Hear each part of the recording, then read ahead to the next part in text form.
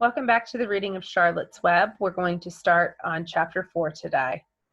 The next day was rainy and dark. Rain fell on the roof of the barn and dripped steadily from the eaves. Rain fell in the barnyard and ran in crooked courses down into the lane where thistles and pigweed grew. Rain splattered against Mrs. Zuckerman's kitchen windows and came gushing out of the downspouts. Rain fell on the backs of the sheep as they grazed in the meadow. When the sheep tired of standing in the rain, they walked slowly up the lane into the fold. Rain upset Wilbur's plans. Wilbur had planned to go out this day and dig a new hole in his yard. He had other plans too. His plans for the day went something like this. Breakfast at 6:30. Skim milk, crust, middlings, bits of donuts, wheat cakes with drops of maple syrup sticking to them, potato skins, leftover custard pudding with raisins, and bits of shredded wheats. Breakfast would be finished at 7. From 7 to 8, Wilbur planned to have a talk with Templeton, the rat that lived under his trough. Talking with Templeton was not the most interesting occupation in the world, but it was better than nothing. From 8 to 9, Wilbur planned to take a nap outdoors in the sun. From 9 to 11, he planned to dig a hole or trench and possibly find something good to eat buried in the dirt. From 11 to 12, he planned to stand still and watch flies on the boards, watch bees in the clovers, and watch swallows in the air. 12 o'clock, lunchtime. Middlings, warm water, apple parings, meat gravy, carrot scrapings, meat scraps, stale hominy, and the wrapper off a package of cheese. Lunch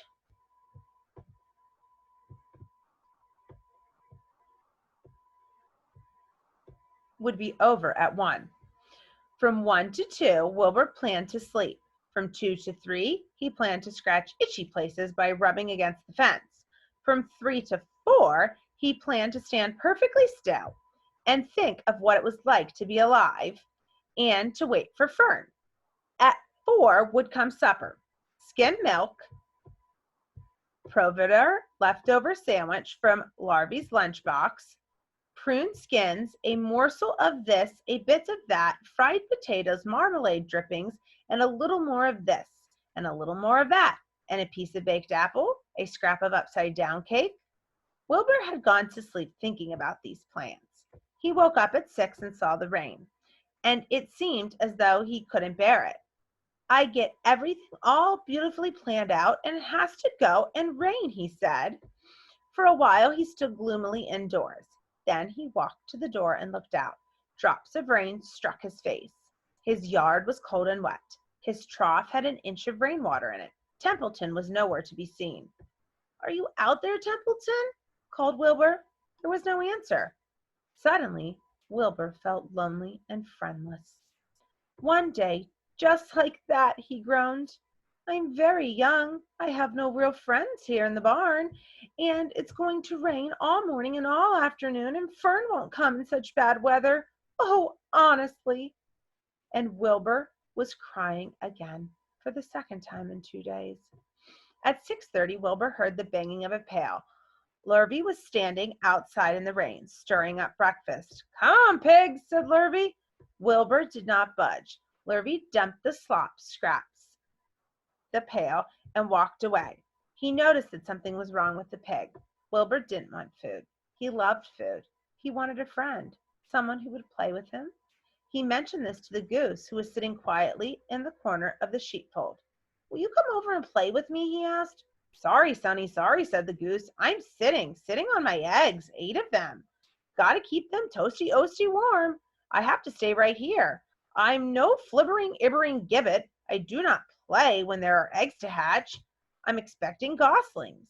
"Well, I didn't think you were expecting woodpeckers," said Wilbur bitterly. Wilbur next tried one of the lambs. "Will you please play with me?" he asked. "Certainly not," said the lamb. "In the first place, I cannot get into your pen, and I am not old enough to jump over the fence. In the second place, I am not interested in pigs. Pigs mean less to me than nothing to me." "What do you mean, less than nothing?" replied Wilbur. I don't think there's any such thing as less than nothing. Nothing is absolutely the limit of nothingness, and the lowest you can go. It is the end of the line. How can something be less than nothing? If there were something that was less than nothing, then nothing would not be nothing. It would be something, even though it's just a very little bit of something. But if nothing is nothing, then nothing has nothing that is less than it is. Oh, be quiet, said the lamb. Go play by yourself. I don't play with pigs. Sadly, Wilbur sat down and listened to the rain. Soon he saw the rat climbing down the slanting board that he used as a stairway. Will you play with me, Templeton? Asked Wilbur. Play, said Templeton, twirling his whiskers. Play? I hardly know the meaning of the word. Well, said Wilbur, it means to have fun, to frolic, to run, to skip, and to be merry. I never do those things if I can avoid them, replied the rat sourly. I prefer to spend my time eating, gnawing, spying, and hiding. I'm a glutton, but not a merrymaker. Right now, I'm on my way to your trough to eat your breakfast, since you haven't got sense enough to eat it yourself. And Templeton the rat crept stealthily along the wall and disappeared into a private tunnel that he had dug between the door and the trough in Wilbur's yard. Templeton was a crafty rat, and he had things pretty much his own way.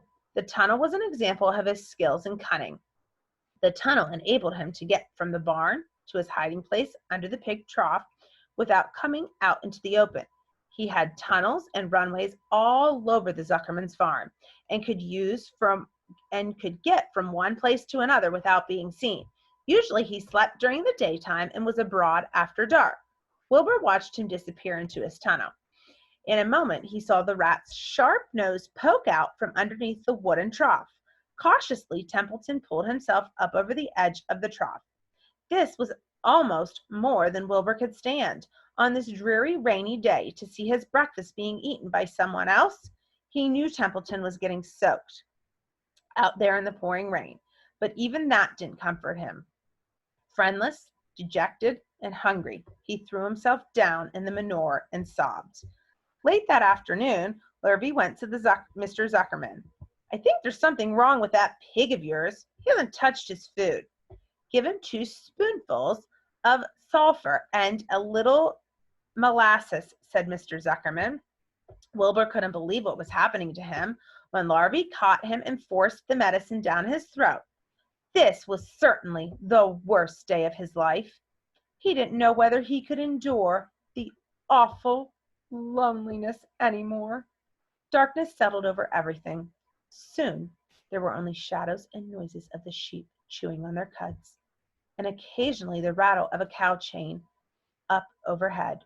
You can imagine Wilbur's surprise when out of the darkness came a small voice he had never heard.